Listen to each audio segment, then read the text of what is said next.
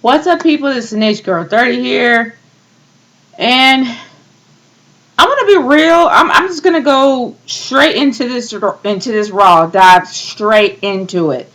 Now, before I go to the one of the best endings I have seen in Raw in a while, I'm gonna go towards the beginning, towards the opener. Now, I'm not gonna lie. There were a lot of things that shouldn't have been there. Very confusing and very boring. Right in the middle of this Raw, and I started to lose a lot of hope for it. The opener, CM Punk coming out once again with the urn, saying that he was not trying to insult Paul Bearer's memory. He was just trying to shake up The Undertaker. Okay, I've already ranted enough about this. Everyone pretty much knows how I feel about the matter and how they're actually angling this. But then I'm thinking about it. The more I watch CM Punk's opener, the more I realized that CM Punk is completely irrelevant when it comes to the streak. There's no reason why he should be there. There's no reason why he should be going against The Undertaker. There is no way that they can spin this around to make CM Punk look relevant enough to be an opponent for The Undertaker. So that's why they had to do this angle. As extreme as it is, they had to do it. But because let's face it, CM Punk is known for the extreme. That's how he gets noticed.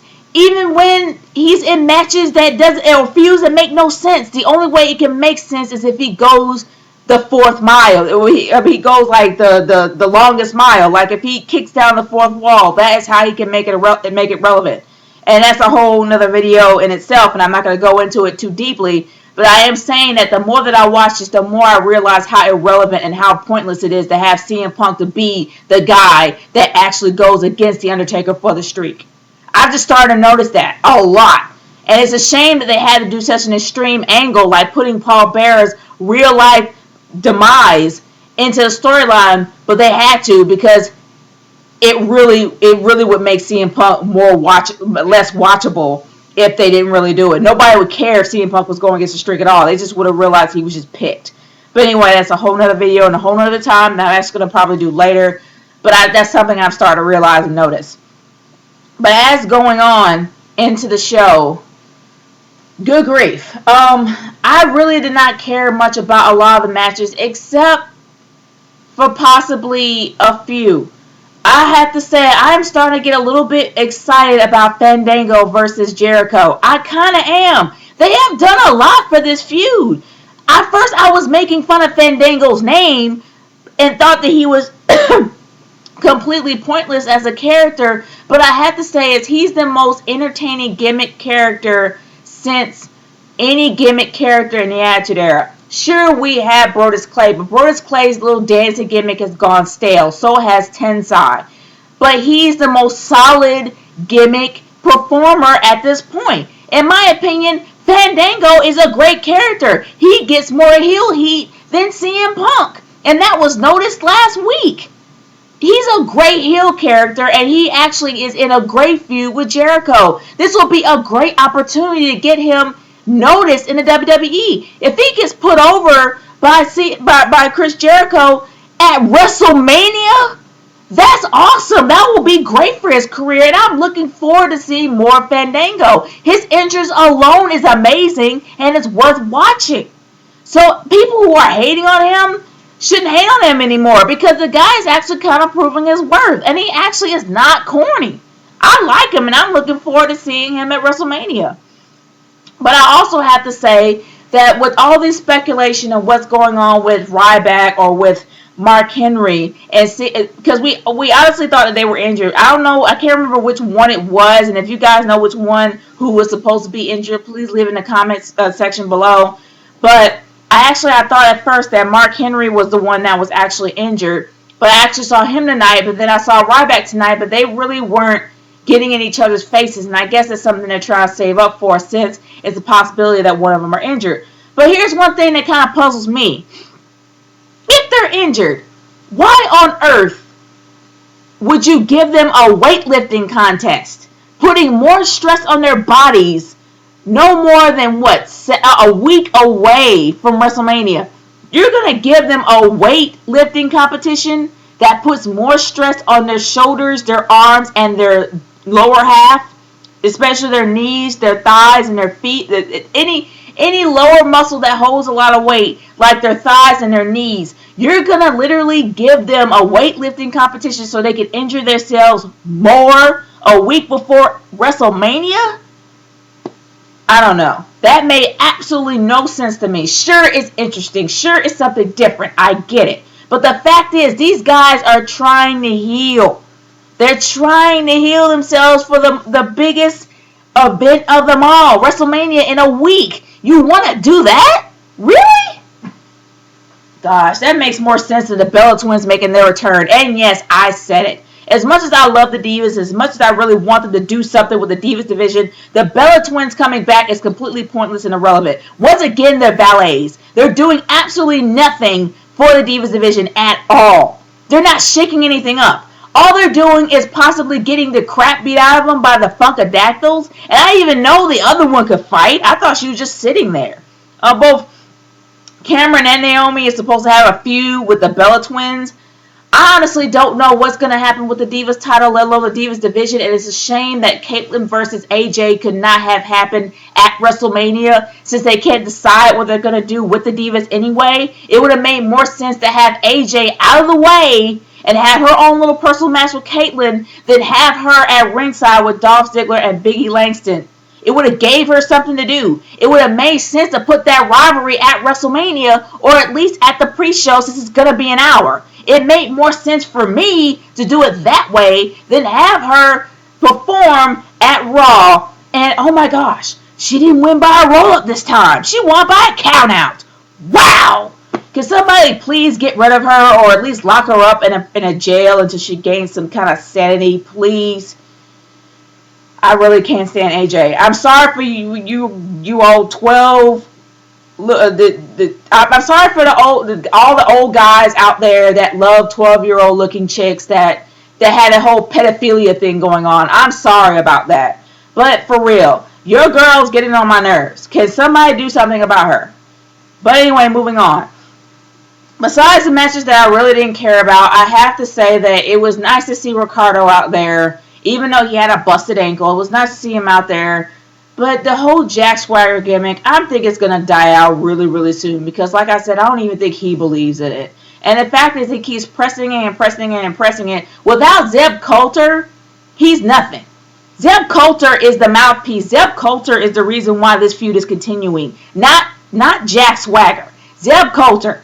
That's it. Without him, this feud is nothing. And it showed to me tonight that this is true. He is trying so hard to make this feud work, but it's just not going to work. I think it's going to probably die out within a few weeks, and I wouldn't be surprised if he's going to take the belt from Del Rio. Del Rio's going to fight for it back for a few months, and then he's going to end up getting it back sooner or later. But honestly, for real, I don't see this continuing.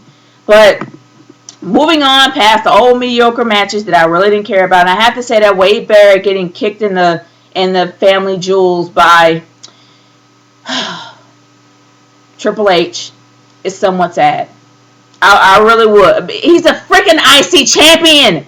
I'm really tired of I'm really getting sick and tired of seeing this guy getting completely browbeaten and stepped on when he's the IC champion. Sure, he's supposed to have a rivalry with The Miz, but for crying out loud, can you give the man some respect? Can we give Wade Barrett some respect, please? That's all I ask. Just a little bit of respect. But he's getting stepped on and berated and constantly just... It makes you care less about him, and that's the one thing that makes me sad. But anyway, it's interesting to possibly see a feud between him and The Miz, even though I consider The Miz getting the IC Championship to be a downgrade. But he is getting very popular, and honestly, I think he will hold the belt in great respect, so it won't be so bad. I don't know what they're going to do with the Rhodes Scholars and why they broke them up in the first place, but blah, I don't really care. Or about Team Hell No. It's just, I don't care about them anymore. But I am going to move on from all this ridiculousness and go straight to the main event. I really am shocked that I actually stayed up and watched all of Raw. Because I'm going to be for real, I usually pass out. I usually go to sleep during Raw, but not this time. I have to say that I was fairly impressed with how they ended Raw. I didn't really care because I'm not so much a person that loves roundtables. I really don't like roundtables at all. I'm just not that type of person. I don't even like it when Hulk Hogan does it on TNA. But the fact is, they had all the legends around asking questions to the actual opponents, wondering how, what they're going to do, this and that. The only person that asked the dumbest question was Booker T. He always asks stupid questions. It never fails. That was a given. Come on, man. You're like the newest guy into the Hall of Fame. You got to ask a dumb question.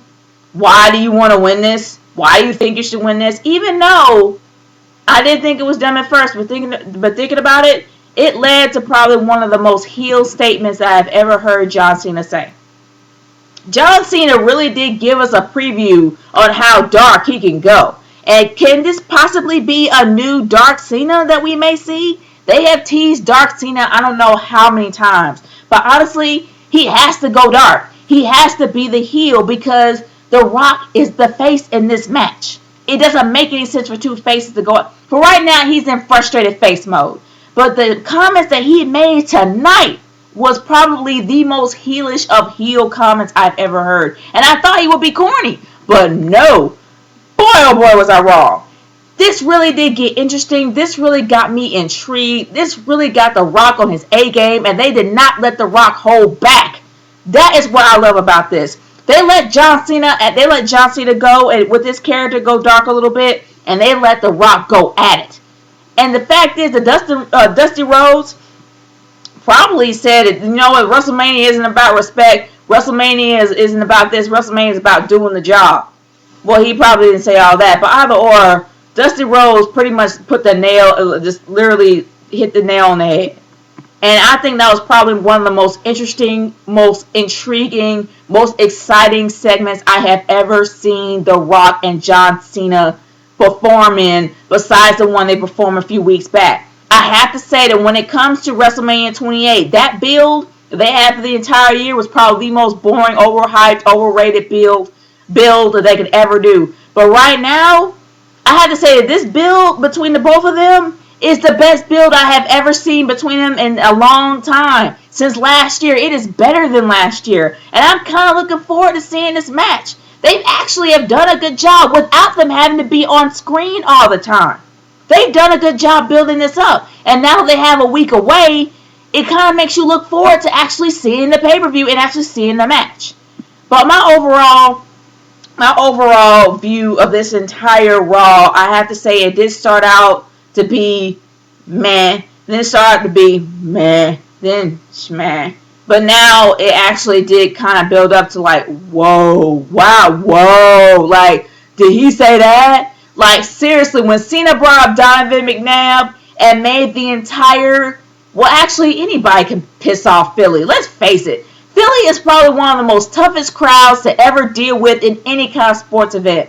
You either are from Philly, you love Philly, but if you turn on Philly, Philly turns on you. That's how it is. Philly is a tough crowd to deal with. So the reason why Philly wasn't all hyped up when they came out is that's how Philly is. It's hard to win over a Philly crowd. So it wasn't really so much the crowd tonight. It was all about the people in the ring. It was all about the characters. And that's why I like this Raw. The closing segment saved it for me. It saved me from going to sleep. And I honestly had to say that this Raw really did bring it home at the end. And they actually makes you feel like that they are starting to build up a good WrestleMania.